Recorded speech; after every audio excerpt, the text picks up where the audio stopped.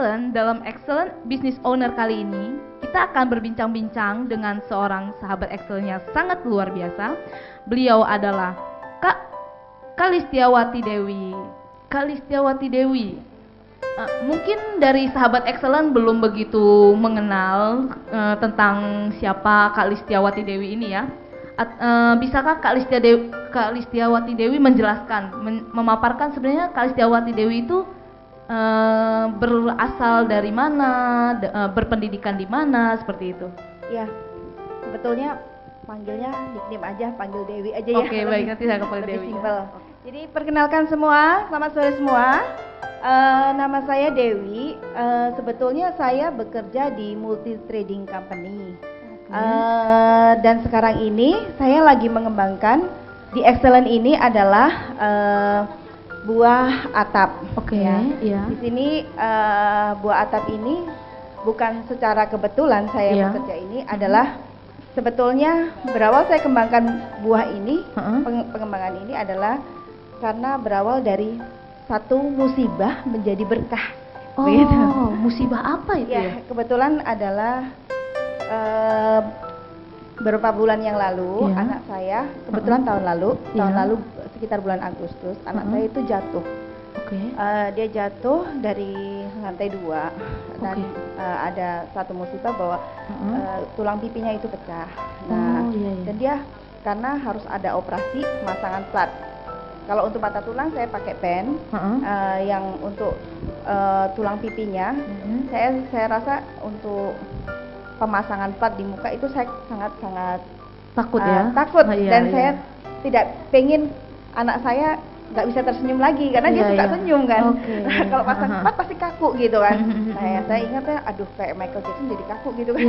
Saya nggak mau. Akhirnya saya konsultasi dengan ahli nutrisi Bapak Benzik. Waktu itu saya konsultasikan, Pak bagaimana ya, ini kan kebetulan anak saya umur 17 tahun. Jadi beliau sarankan untuk mengkonsumsi kolang-kaling. Karena kolang-kaling ini adalah selain dia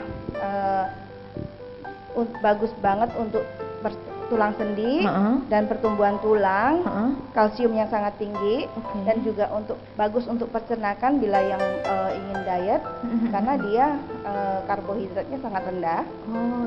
Terus, akhirnya beliau sarankan makan itu 200 gram per hari, gitu. Dengan tidak itu aja, tapi saya waktu itu di mix karena dia bengkak dan ini harus ada enzim dan untuk pencernaan juga. Jadi saya mix dengan buah nanas, nanas madu yang kecil itu, sama apel. Dan itu saya konsumsikan untuk anak saya setiap pagi. Setiap pagi 200 gram, satu buah apel sama satu buah nanas. Dalam 3 minggu, tulang pipinya langsung tumbuh sempurna. Tanpa perlu pasang plat lagi. Saya puji Tuhan, saya sangat-sangat bersyukur. Itu kondisi saya harus ada 2 pilihan.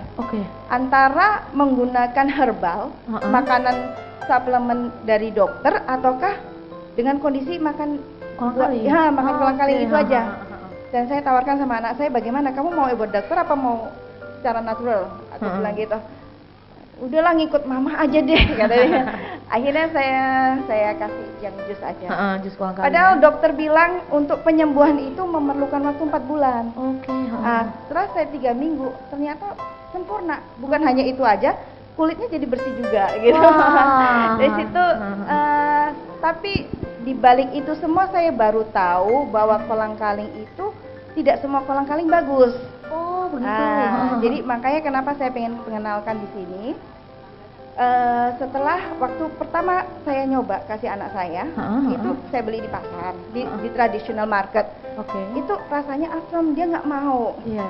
Saya setelah juga saya kan nggak pengen operasiin. Nah, sementara saya dapat produknya nggak bagus gitu. Saya pulang, kebetulan emang Tuhan memberikan anugerah khusus. Jadi pembantu saya cobain gitu. Kok nggak enak ya kolang-kaling sini katanya. Loh emang di kampung kayak gimana? Kata ibu bilang gitu. Kalau di kampung tuh nggak ada rasa bu, kata dia gitu. Di mana kampung lu? Waktu itu memang saya ambil dari Gunung Kelut. Ya masih Jagamur.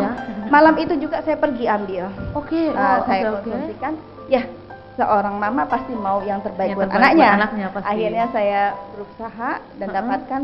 Nah itulah makanya saya pengen mengenalkan. Dan saya baru tahu kesulitan kenapa buah atap ataupun buah kolang-kaling ini di pasar tradisional beda dengan yang saya punya.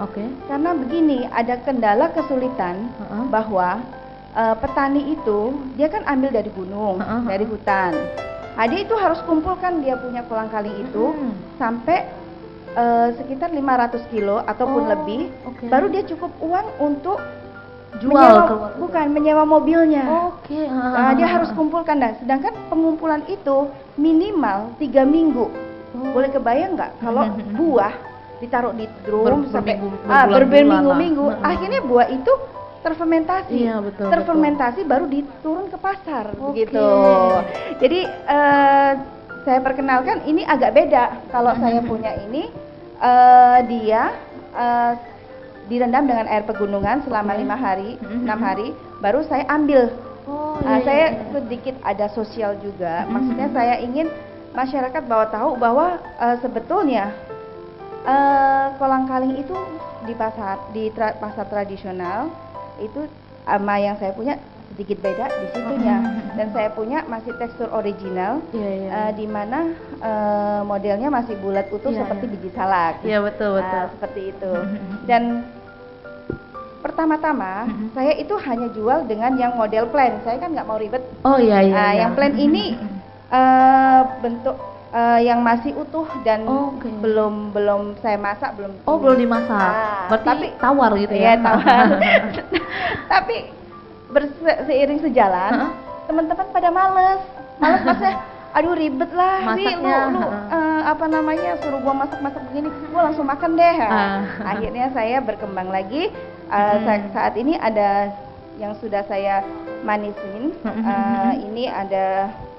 Ini warna merah bukan pakai pewarna ya.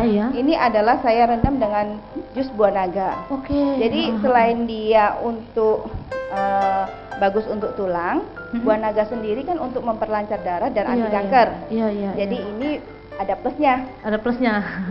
Dia ada anti kankernya juga. Dan nggak perlu takut karena saya menggunakan 100% gula batu dan tanpa pengawet. Pengawet yang saya gunakan hanyalah pengawet natural, yaitu dari kayu manis. Kayu manis, dan saya sterilisasi, otomatis dia lebih awet dari yang di pasaran. Awet di pasaran, tanpa pengawet pun kita sudah cukup awet. Dan ini yang satu lagi adalah ini rasa pandan. Jadi ini natural, hanya untuk dari gula batu sama pandan. Daun pandan saja. Kalau yang biasa kan ada yang untuk buat mau warna-warni, diwarna-warniin ya. Seperti itu aja. Mungkin itu sementara itu yang saya bisa sharekan. Kalau saya mendengar gitu ya, Bu Dewi, Kak Dewi ya, untuk pesan moralnya itu ada sesuatu gitu ya. Betul. Bisa untuk penyakit kanker, pencegahan, untuk tulang, dan bisa untuk pokoknya untuk diet gitu ya, intinya betul. Saya juga pernah mengkonsumsi ini sebenarnya ya. Saya juga merasa ada yang berbeda sebenarnya, memang berbeda ya. Sebenarnya untuk bisnis ini kan kayaknya udah bagus nih, udah cerah. Kedepannya, apa sih harapannya Kak Dewi kedepannya untuk bisnis Atapo ini kayak gitu? Harapannya adalah saya ingin seluruh masyarakat mengkonsumsi makanan itu yang sehat. Di mana makanan, jadi saya ingin selain benar-benar merasakan bisa membedakan mana yang produk yang bagus, mana yang produk yang masih kurang lah ya, kurang baik. Mana produk yang sebaiknya dikonsumsi begitu. Jadi saya ingin seluruh masyarakat tahu. Dan intinya sih memang kendala dari sekarang ini kan adalah transportasi ya. Betul. Cita-cita saya, cita-cita kan boleh aja ya. Cita-cita saya sih saya ingin memperkenalkan produk ini di seluruh Indonesia dengan satu harga. Tapi saya masih belum tahu skimnya seperti apa. Oke. Semoga lancar ya Kak Dewi ya. Terima kasih Kak Dewi atas waktunya. Terima kasih. Salam. Demikianlah sahabat Excellent Business Owner kali ini. Sampai jumpa dalam Excellent Business Owner selanjutnya.